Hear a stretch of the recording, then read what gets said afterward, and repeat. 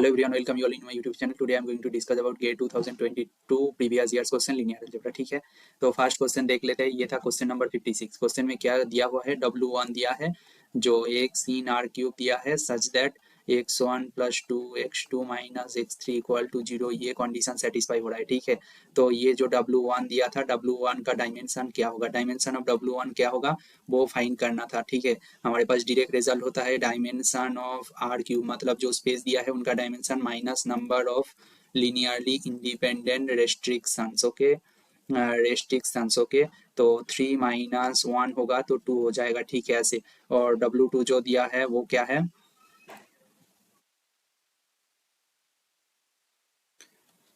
वो दिया है एक sin r cube such that 2x1 plus 3x3 equal to 0। ये भी एक रेस्ट्रिक्शन है, तो ये इंप्लाई करेगा dimension of W2 equal to 3 minus 1। 1 ही रेस्ट्रिक्शन है, वो तो लिनियरली इंडिपेंडेंट होगा तो 2 बन जाएगा। देखो, आपको ये फॉर्मूला यूज नहीं करना है, कोई जरूरत नहीं। फॉर W1 के केस में देखोगे तो x1 plus 2x2 minus x3 equal to 0। यहाँ पे x1 को हम लोग लिख सकते हैं x3 माइनस 2x2, तो x को ऐसे लिखेंगे x3 minus 2x2 coma x2 coma x3।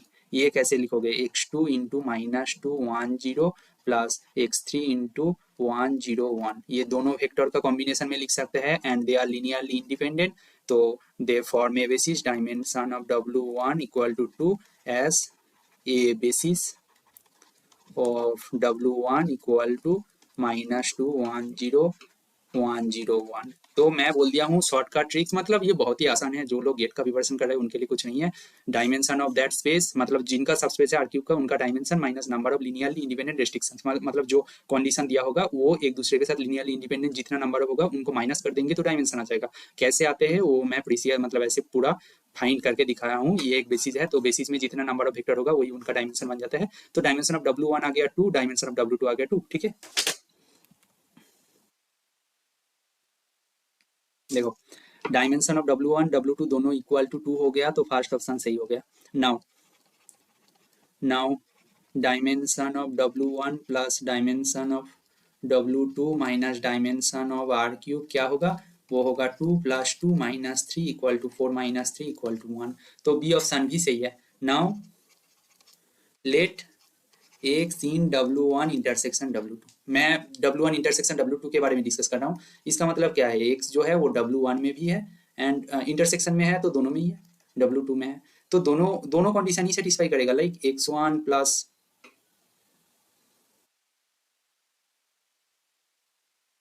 2x2 minus x3 equal to 0, ये एक कंडीशन है। और दूसरा जो कंडीशन है 2x1 plus 3x3 equal to 0, ये W1 के अंदर है x, तो इसलिए फर्स्ट कंडीशन आया है, और W2 के अंदर है तो सेकंड कंडीशन है। दोनों एक दूसरे के साथ लिनियरली इंडिपेंडेंट रेस्ट्रिक्शंस है, ये एक दूसरे के साथ लिनियरली इंडिपेंडेंट रेस्ट्रिक्शंस है। तो dimension of W1 intersection W2 क्या हो जाएगा, मैं बोला हूँ ये W1 इंटरसेक्शन W2 किसका सबस्पेस है, मतलब आर क्यूब का, तो dimension of R cube minus number of linearly independent restrictions. ठीक है, तो 3 minus 2 equal to 1। Dimension of W1 intersection W2 1 आ गया।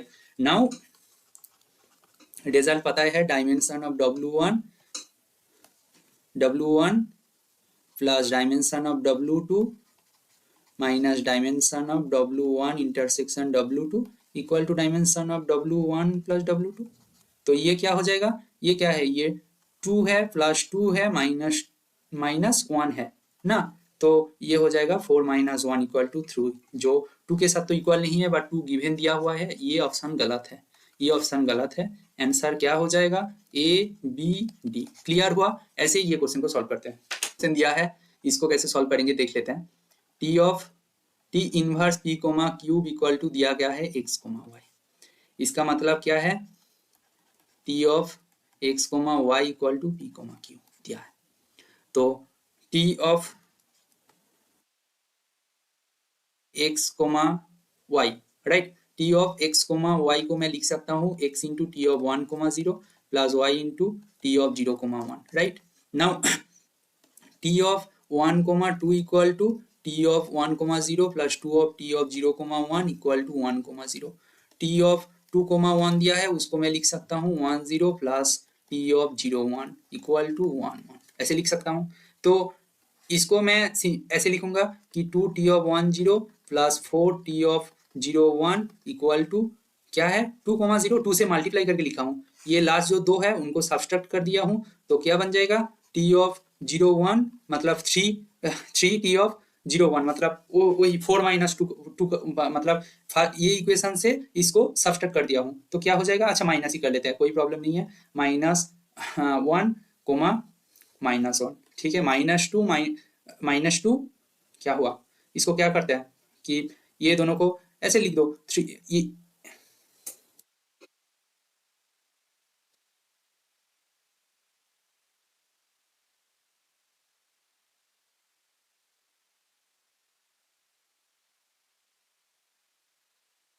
फर्स्ट इक्वेशन को 2 से मल्टीप्लाई करोगे क्या हो जाएगा, 2(10) प्लस 4(t(0) इक्वल टू 2 0, तो इसको मैं मान लेता हूँ 1, इसको मैं मान लेता हूँ 2, 2 - 1 करोगे तो क्या आ जाएगा, t(0) इक्वल टू 1 - 1/3 हो जाएगा, ठीक है, और t(10) क्या आ जाएगा, 10 minus 2/3 comma 10 minus 2/3 comma -2/3 equal to आ जाएगा 1/3 कोमा 2/3 आ जाएगा, ये हो गया, तो ये इसको जो वैल्यू है उसको पुट कर देंगे, पी क्यू इक्वल टू क्या हो जाएगा, x into 1/3 x into 1/3 2/3 plus y into 1/3 minus 1/3, इसको सॉल्व करोगे क्या हो जाएगा, पी क्यू इक्वल टू क्या हो जाएगा, x plus y by three 2x minus y by three, तो यहाँ से आ गया x plus y equal to 3p और 2x minus Y equal to 3q, तो दोनों को सॉल्व करोगे तो बस x इक्वल टू आ जाएगा p प्लस क्यू और y इक्वल टू क्या आ जाएगा 2p माइनस क्यू आ जाएगा, बस सिंप्लीफाई करना है, कुछ भी करके कर सकते हो आप, तो समझ में आ गया, टी इनवर्स दिया है, इसको ऐसे लिखा हूँ, इसको ऐसे हम लोग लिख सकते हैं क्योंकि ये लीनियर ट्रांसफॉर्मेशन है, और ये कंडीशन दिया हुआ है, इसको सिंप्लीफाई किया हूँ तो ऐसे आ गया, और यहाँ पे p of x y equal to ये q इक्वल टू ये वाला पुट कर दिया, ये इक्वेशन से स्टार यूजिंग स्टार, ठीक है, देखो जल्दी से बता रहा हूँ बट ये तो क्लियर है ना, x ऐसे आ गया y ऐसे आ गया, कौन सा ऑप्शन के साथ मीट कर रहा है, xp प्लस क्यू है और ये भी है, बट ये था 2p माइनस क्यू है, ये गलत है, तो ये ऑल गलत हो जाएगा, आंसर होगा बी, ठीक। नेक्स्ट क्वेश्चन में जो डिस्कस कर रहा हूँ ये ना, ये लीनियर अलजेब्रा तो है नहीं, ये फंक्शनल एनालिसिस से है, क्योंकि ये हिल्बर्ट स्पेस दिया गया है, ये इज हिल्बर्ट स्पेस दिया गया है, ठीक है ना, एज हिल्बर्ट स्पेस दिया गया है, तो कोई एक हिल्बर्ट स्पेस के लिए ऑर्थो नॉर्मल बेसिस एक एग्जिस्ट कर जाता है, ई के इन एन, ठीक है ना, नाउ एफ के डिफाइन किया गया है और जी जे डिफाइन किया गया है, हमें फाइंड करना है summation k equal to 1 to infinity g j f k, ठीक है, इसका वैल्यू क्या है फाइंड करना है, देखो ये जब के तो 1 से इन्फिनिटी तक जा रहा है, ठीक है, बट यहाँ पे जे भी एक वेरिएबल दिया है, जे कोई नेचुरल नंबर है, बट हम लोग जे का एक पर्टिकुलर वैल्यू के लिए ऑप्शन डिस्कस कर देंगे तो हो जाएगा ना, ये तो गेट का क्वेश्चन है, आपको आंसर लिखना होता है, इन जनरल आप प्रूव कर सकते हो, तो क्या करना है, मैं मान लेता हूँ जे इक्वल टू 1, जे 1 मान लोगे ना तो बी ऑप्शन भी 1 आएगा और डी ऑप्शन भी 1 आएगा, मतलब जो ऑप्शन में दिया गया है तो दोनों आ गया, सपोज जे इक्वल टू 1 के लिए इनका वैल्यू 1 आ गया, देन हमें दोबारा चेक करना पड़ेगा, तो इसलिए जे इक्वल टू 2 के लिए चेक करना है, तो ए ऑप्शन होगा 0, बी ऑप्शन होगा 4, सी ऑप्शन होगा 16, डी ऑप्शन क्या होगा, डी ऑप्शन हो जाएगा आपका 1, ठीक है, तो हम लोग जे इक्वल टू 2 के लिए चेक कर रहे हैं, तो क्या हो जाएगा k equal to 1 to infinity g to f k square, ठीक है, तो इसको हम लोग लिखेंगे ऐसे G2 F1 square plus G2 F2 square plus G2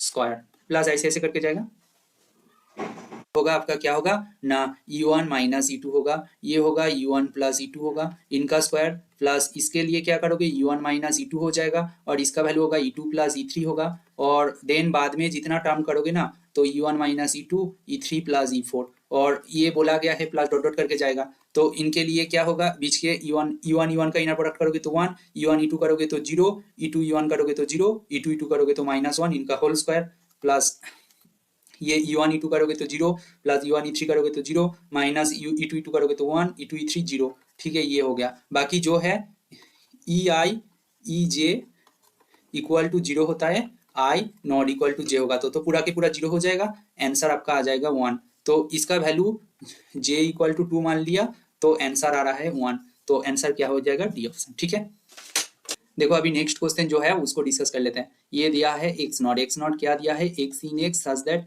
x नॉम इक्वल टू 1 ऐसा दिया गया है। ये एक्स नॉट को दिया गया है, एक्स नॉट भी 2 डिस्टिंक्ट पॉइंट्स दिया है, x y is a line segment joining this. तो क्या होगा ना, lambda x plus 1 minus lambda y in x not होगा। इसका मतलब होगा lambda x plus 1 minus lambda y non equal to 1 हो जाएगा। ये कंडीशन है आपके पास। ठीक है, तो नाउ लैम्डा इक्वल टू 1/2 लिया, लैम्डा इक्वल टू 1/2 लिया, एक्स प्लस वाई नॉम इक्वल टू आपका क्या आ रहा है, आपका आ रहा है 2, राइट, और एक्स नॉम भी 1 है और वाई नॉम भी 1 है।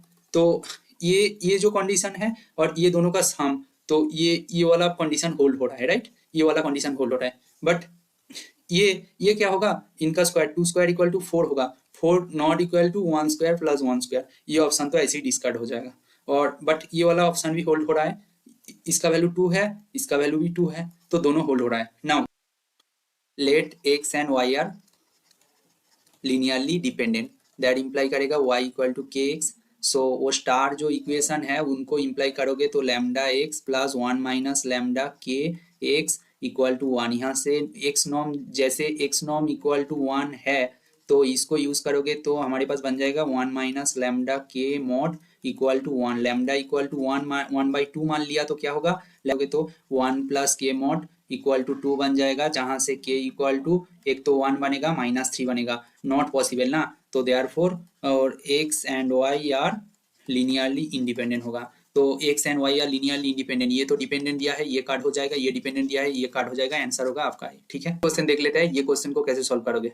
ये नेक्स्ट क्वेश्चन था, ये क्वेश्चन को कैसे सॉल्व करोगे ना। क्वेश्चन में क्या दिया है, पी स्टेटमेंट क्या बोल रहा है, पी स्टेटमेंट बोल रहा है M in R M cross N. ठीक है, M R M cross N में है, M greater than N, greater और इक्वल टू 2 दिया है, रैंक ऑफ एम दिया है, रैंक ऑफ एम दिया है आपका एन। ठीक है, रैंक ऑफ एम दिया है एन। ठीक है, नाउ एम बोला गया है एन से बड़ा है, एन से बड़ा है means number of row greater than number of column.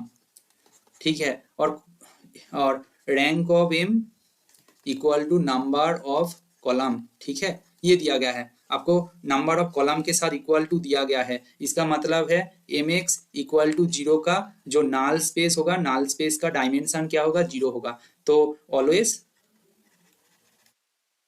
नाल स्पेस का डायमेंशन 0 होगा, ऑलवेज ट्रिवियल सॉल्यूशन मिलेगा। क्लियर, क्लियर है आपको कि ये कैसे आ रहा है, क्योंकि इनका नंबर ऑफ कॉलम के साथ रैंक मैच कर गया तो नालिटी 0 होगा by rank nullity theorem, rank plus nullity equal to number of column space, dimension of column space. ठीक है ना, in number of column in m vector m matrix. ठीक है ना, तो नालिटी 0 हो गया तो ऑलवेज ट्रिवियल सॉल्यूशन मिलेगा। ठीक है ना, तो पी वही बोल रहा है, तो पी स्टेटमेंट सही है।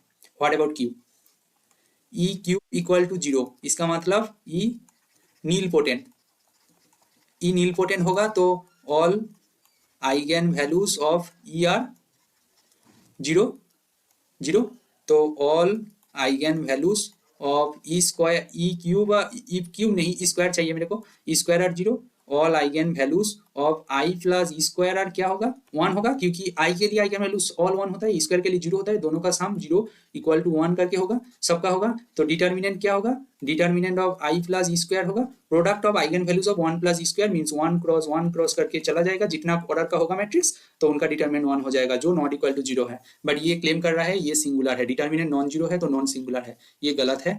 क्यू जो है वो गलत है, पी ट्रू है, क्यू फॉल्स है, आंसर होगा सी। ठीक है, इनको सॉल्व करके देख लेते हैं। देखो बोला गया है M characteristic equation of this satisfy, मतलब ये है, तो every square matrix satisfy its own characteristic equation, right. Cayley's theorem, Cayley's theorem क्या बोलते हैं, every square matrix satisfy its own characteristic equation. तो इसका मतलब क्या हो जाएगा, M cube plus alpha M square plus beta M minus I equal to 0। देखो एम तो यहाँ पे मैट्रिक्स है ना, तो आई को आइडेंटिटी करना पड़ेगा, इसको स्केलर नहीं रख सकते, ये भी एक मैट्रिक्स है, 0 मैट्रिक्स है। ठीक है, यहाँ से मैं एम कॉमन ले लिया। देखो नोटिस करो कि अल्फा के साथ आई है, अल्फा के साथ ये ऑप्शन में आई है, ये आई है, ये इनवर्स है, तो अल्फा के साथ जो हाँ एम स्क्वायर है, इसको एटलीस्ट आइडेंटिटी तक लेके जाना पड़ेगा और एम इनवर्स तक जाना पड़ेगा। तो पहले देख लेते हैं M square plus alpha M plus beta, beta identity minus M inverse equal to 0। ठीक है, इसको सॉल्व करोगे तो क्या हो जाएगा, ये होगा ये होगा, फिर से करोगे तो m plus alpha I equal to क्या हो जाएगा, एम इनवर्स से M inverse minus beta I होगा, राइट, एम इनवर्स से M inverse minus beta I होगा। तो ये इतना जब कर लिया हूं, यहाँ से क्या लग रहा है, डी ऑप्शन तो सही हो गया, डी ऑप्शन सही हो गया, और ये ऑप्शन तो नहीं हो सकते, बी गलत हो गया। अच्छा फिर से सॉल्व करोगे तो क्या होगा, फिर से सॉल्व करोगे तो क्या होगा ना, फिर से एम इनवर्स से मल्टीप्लाई करते हैं, एम प्लस अल्फा आई होगा। तो ये ए ऑप्शन को चेक कर रहा है, मतलब इसको, ये बी ऑप्शन ऐसे काट हो गया, और इसको चेक करोगे तो एम इनवर्स 2 से एम इनवर्स माइनस बीटा आई हो गया, जो ए के साथ सही नहीं है, ये गलत है, तो ए ऑप्शन भी गलत हो गया। आपका आंसर हो गया डी। लास्ट क्वेश्चन सॉल्व कर रहा हूँ। m3 cos 3 मैट्रिक्स दिया गया है, ठीक है, रियल मैट्रिक्स दिया गया है, m square equal to 2m plus 3i, ये दिया गया है एनिहिलेटिंग स्पेलिंग गलत हो सकते हैं, बट एनिहिलेटिंग पॉलिनोमियल बोलते हैं इसको, ठीक है। ये जो एनिहिलेटिंग पॉलिनोमियल होगा, इनका जो फैक्टर्स जो होगा ऑलवेज डिवाइड मिनिमल पॉलिनोमियल, ठीक है, मिनिमल पॉलिनोमियल ऑफ m का जो होगा ना, उनको डिवाइड करेगा। तो m का जो आइगन वैल्यूज होगा, इसका जो रूट होगा वो m का आइगन वैल्यू बन जाएगा। तो m square minus 2m minus 3i को सॉल्व करोगे तो, इसको सॉल्व करोगे तो क्या होगा, m माइनस 3 और m प्लस 1 इक्वल टू 0। अच्छा 3 आयोटा, क्योंकि ये मैट्रिक्स फॉर्म में कर रहा हूँ, तो यहाँ से क्या रूट आ जाएगा, 3 माइनस 1 रूट आ जाएगा, ठीक है। और डेट ऑफ m क्या है, दिया गया है, डेट ऑफ m क्या है, product of eigen values of m का प्रोडक्ट होगा। तो 3 माइनस 1 जो लास्ट वाला आइगन वैल्यू बच रहा है, उसको लैम्डा मान लिया हूँ, उनका प्रोडक्ट माइनस 9 दिया गया है, तो लैम्डा इक्वल टू क्या हो जाएगा, 3 हो जाएगा, ठीक है। तो आइगन वैल्यूज क्या होगा, m के लिए आइगन वैल्यूज क्या होगा ना, 3 और माइनस 1। ट्रेस ऑफ m का फॉर्मूला क्या है, sum of eigen values of m equal to क्या हो जाएगा, 5। आंसर, इनका जो आंसर होगा वो 5 बन जाएगा, ठीक है। Thank you. तो ये वीडियो अच्छा लगे तो please like share and subscribe. Thank you.